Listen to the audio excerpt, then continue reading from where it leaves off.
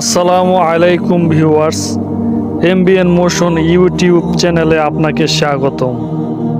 হযরত দাউদ আলাইহিস সালাম মহান আল্লাহর প্রেরিত নবী রাসূলদের মধ্যে একজন উল্লেখযোগ্য নবী ছিলেন। সেই হযরত দাউদ আলাইহিস সালামের বাল্যকালের ঘটনা। হযরত মূসা আলাইহিস সালামের ইন্তেকালের পর অনেক সময় অতিবাহিত হয়ে গেছে।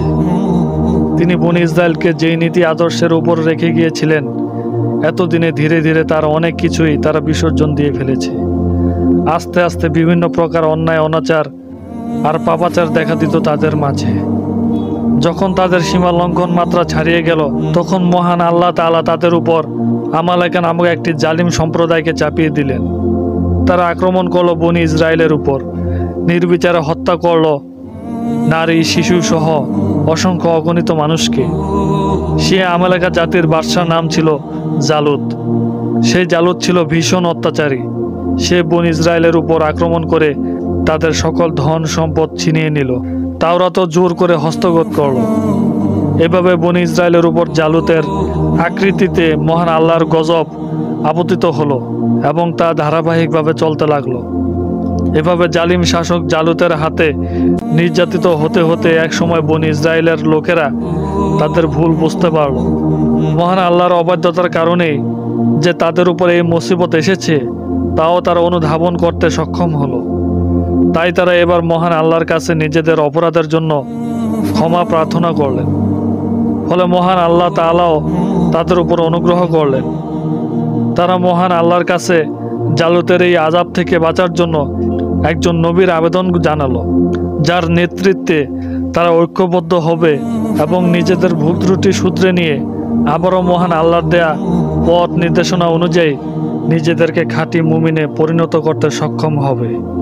এভাবে মহান আল্লাহর দরবারে অনেক কান্নাকাটির পর আল্লাহ তাআলা তাদের প্রার্থনা মঞ্জুর করলেন। অনেক দুর্যোগের মধ্যে হযরত শামবিল আলাইহিস সালামকে তাদের জন্য নবী বানিয়ে পাঠানো হলো। মহান আল্লাহ তাআলা হযরত শামবিল আলাইহিস সালামকে নবুয়ত দান করলেন এবং তাকে বনী ইসরায়েলের কাছে গিয়ে তার নবুয়তের কথা বলার নির্দেশ দিলেন। কিন্তু যখন হযরত শামবিল আলাইহিস সালাম বনী ইসরায়েলের কাছে এসে তার নবুয়তের কথা বললেন, তখন তারা হযরত শামবিল আলাইহিস সালামকে নবী বলে মেনে নিতে অস্বীকৃতি জানালো। এরপর তারা হযরত শামবিল আলাইহিস সালামকে বলল, যদি তুমি সত্যি নবী হয়ে থাকো, তবে আমাদের জন্য মহান আল্লাহর কাছে এমন একজন রাজা বা বাদশা নির্বাচন করে দিতে বলো, যার নেতৃত্বে আমরা জালুতের বিরুদ্ধে যুদ্ধ করতে পারি।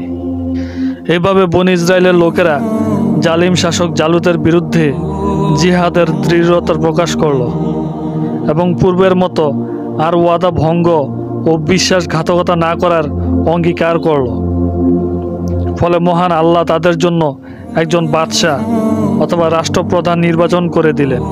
তখন হযরত শামবিল আলাইহিস সালাম বনী ইসরায়েলের লোকদেরকে সরাসরি কারো নাম উল্লেখ না করে মহান আল্লাহর নির্দেশে একটি কৌশল অবলম্বন করলেন। তিনি একটি লম্বা লাঠি নিয়ে এসে বললেন, তোমাদের জন্য যে বাদশা হবে এই লাঠির সমান দৈর্ঘ্য হতে হবে। তখন উপস্থিত সকল নিজেদের দেহের সাথে এই লাঠির তুলনা করল, কিন্তু কারো সাথেই তা মিলল না। এমন সময় তালুত নামক জনৈক সাধারণ ব্যবসায়ী সেখান দিয়ে যাচ্ছিল। তালুত লোকদেরকে হযরত শামবিল আলাইহিস সালামের কাছে জড়ো দেখে তাদের কাছে আসলে তিনি তার সাথেও ওই লাঠিটির পরিমাপ করলেন এবং তা হুবহু মিলে গেল। তখন তিনি বনী ইসরায়েলের সকল লোককে লক্ষ্য করে বললেন, নিশ্চয়ই মহান আল্লাহ তাআলা তালুতকে তোমাদের জন্য বাদশা নির্ধারণ করেছেন এবং তার নেতৃত্বে যুদ্ধ করার জন্য তোমাদেরকে আদেশ দিয়েছেন। জালুতের বিরুদ্ধে জিহাদ অংশগ্রহণ করা তোমাদের সকলের জন্য ফরজ, সুতরাং তোমরা তোমাদের দায়িত্ব পালন করো। কিন্তু বনী ইসরায়েলের লোকদের দুষ্টু স্বভাবের কোনো পরিবর্তন হলো না। প্রথমে তারা প্রশ্ন তুলল তালুতের রাজা হওয়ার উপর। তারা মতভেদ করতে লাগলো, বলতে লাগলো, কিভাবে তালুত আমাদের বাদশা হবে, অথচ তার কাছে তেমন কোনো ধন সম্পদও নেই। সে হলো বিনয়ামিন ইবনে ইয়াকুব বংশের, যে বংশে কোনো রাজা, বাদশাহ বা নবী আসেনি। বাদশাহ হওয়ার জন্য আমরাই তো তার থেকে বেশি উপযুক্ত ছিলাম, কেননা আমরা ইহুদ ইবনে ইয়াকুব বংশের, যেখান থেকে সকল নবী, রাসূল ও রাজা বাদশাহ হতো। তখন হযরত শামিল আলাইহিসসালাম তাদেরকে লক্ষ্য করে বললেন, দেখো, মহান আল্লাহ তোমাদের জন্য তালুতকে বাদশা হিসেবে নির্বাচন করেছেন এবং তিনি শারীরিক ও জ্ঞানগত ক্ষেত্রে অনেক পাণ্ডিত্য দান করেছেন।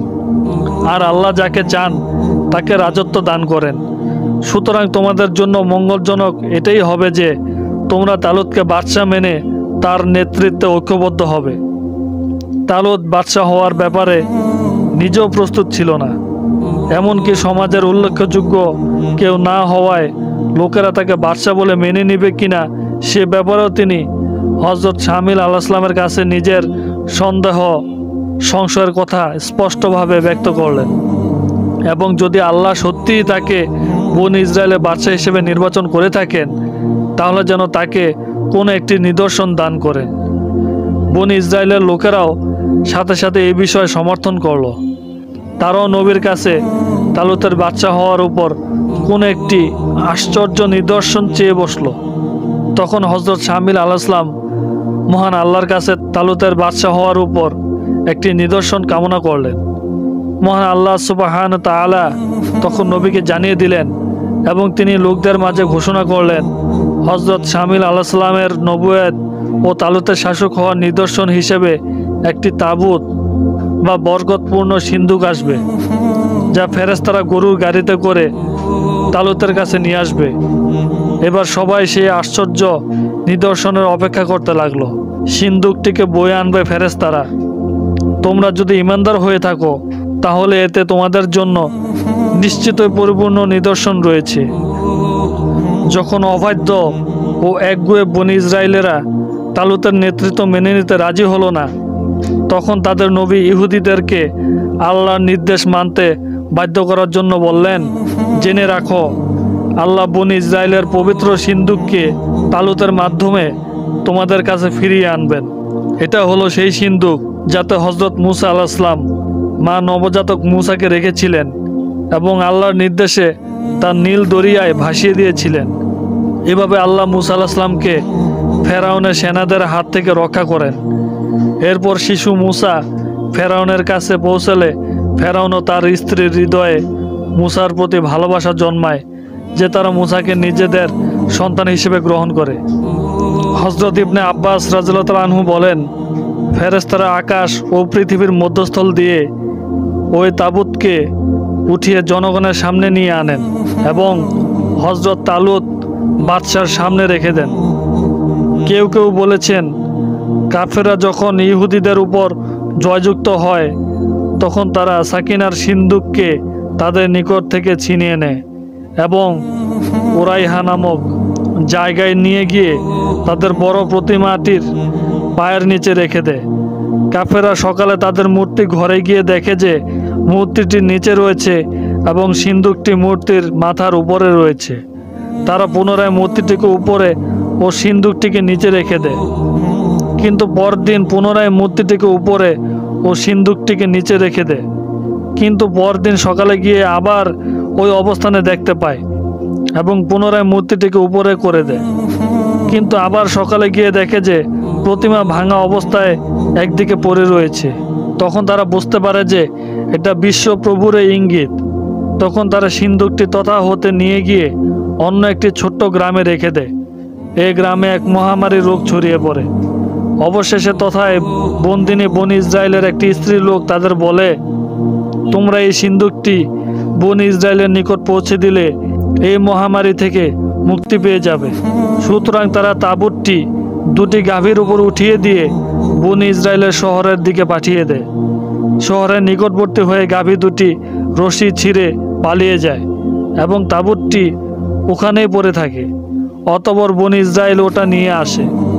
কেউ কেউ বলেন যে দুটি যুবক ওটা পৌঁছে দিয়েছিল। এও বলা হয়েছে যে এটা ফিলিস্তাইনের গ্রামসমূহের একটি গ্রামে ছিল। গ্রামটির নাম ছিল আজদাওয়াহ। এরপর নবী আলাইহিসসালাম তাদের বলেন, আমার নবুয়ত ও তালুতের রাজত্বের এটাও একটি প্রমাণ যে যদি তোমরা আল্লাহ তাআলার উপর ও পরকালের উপর বিশ্বাস স্থাপন করে থাকো তবে ফেরেশতাগণ তাঁবুতটি পৌঁছে দিয়েই যাবেন। পরে তালুতের নেতৃত্বে জালুতের অর্থাৎ বাইবেলের গোলাইয়াতের বিরুদ্ধে যুদ্ধযাত্রার সময় তালুত তার লোকজনকে এক চুমুকের বেশি নদীর পানি পান না করার নির্দেশ দেন, কিন্তু তারা সেই আদেশ অমান্য করলে তাদের পেট ফুলে যায়। রণাঙ্গনে তালুত ঘোষণা করেন, জালুতকে যে হত্যা করতে পারবে সে রাজত্বের 1/3 পাবে এবং বাদশাহ হিসেবে তার উত্তরাধিকারী হবে। হযরত দাউদ আলাইহিস সালাম জালুতকে হত্যা করে এবং এই পুরস্কার অর্জন করে। পবিত্র কোরআনে সূরা বাকারায় আল্লাহ তাআলা বলেন, তুমি কি তাদেরকে দেখোনি যারা মৃত্যু ভয়ে হাজারো হাজারো নিজের ঘরবাড়ি ছেড়ে গিয়েছিল? তারপর আল্লাহ তাদের বলেছিলেন, তোমাদের মৃত্যু হোক। পরে তিনি তাদেরকে জীবিত করলেন। আল্লাহ তো মানুষকে অনুগ্রহ করেন, কিন্তু অনেক মানুষই কৃতজ্ঞতা প্রকাশ করে না। আল্লাহ তাআলা এই ঘটনার উপর আমল করার তৌফিক দান করুক, আমিন। আজকের সংক্ষিপ্ত আলোচনা এ পর্যন্তই। ভিডিওটি কেমন হলো কমেন্ট করে জানাবেন। সবাই নতুন নতুন ভিডিও পেতে চ্যানেলটি সাবস্ক্রাইব করুন। দেখা হবে নতুন কোনো ভিডিওতে। সবাই ভালো থাকেন, সুস্থ থাকবেন। আসসালামু আলাইকুম ওয়া রাহমাতুল্লাহ।